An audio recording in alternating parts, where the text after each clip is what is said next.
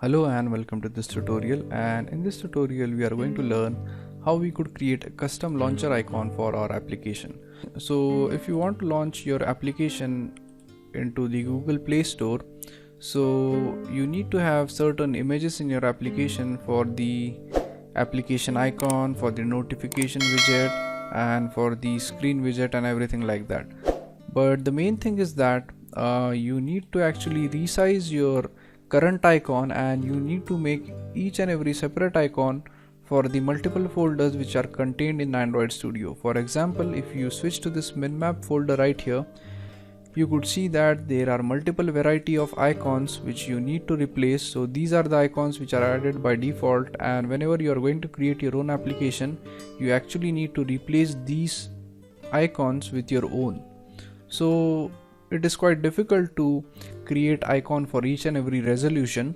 So in order to do that in a much more efficient way, what you could do is that you could use a website which is called as the Android Asset Studio, and I won't be mentioning the link of the Android Asset Studio, and that is because the link is going to change. But what you could do is that you could just switch to Google, you could just go to Google and you could just type in Android Asset Studio, and that is going to be the first link which pops up. So we simply open it and we are going to select the launcher icons, and once you are into launcher icons, you just need to select an image.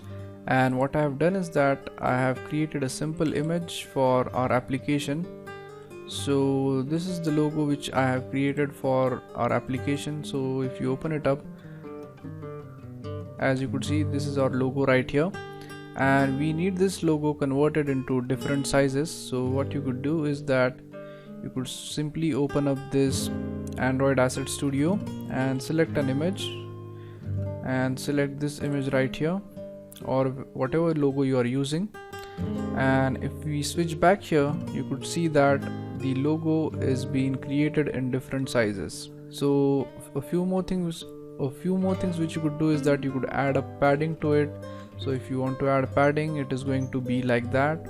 So if you switch back to minimal padding, you could see that your logo or your icon looks like that.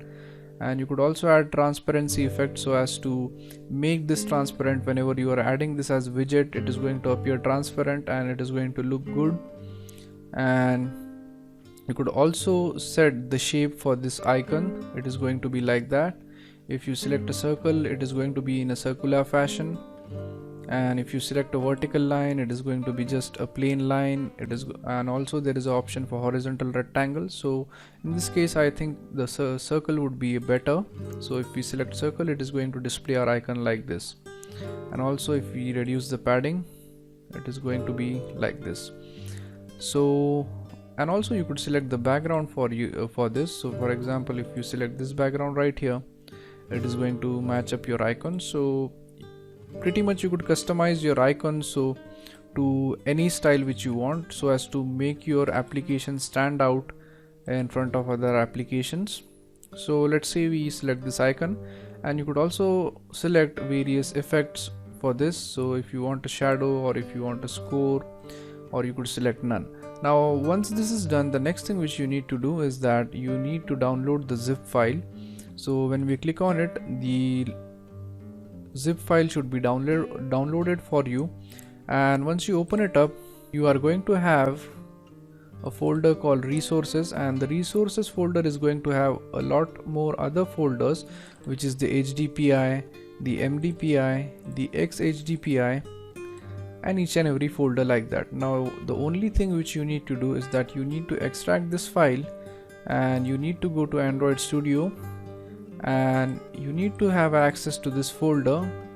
So and we are going to basically replace this Android image with the image of our application. And whenever you launch your application, you are going to see your image instead of this Android image right here. So that's basically how you add your own custom launcher icon to your application.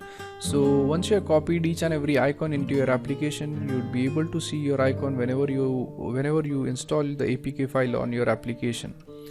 So that's it for this tutorial, and I hope you guys understood the importance of the custom launcher icon.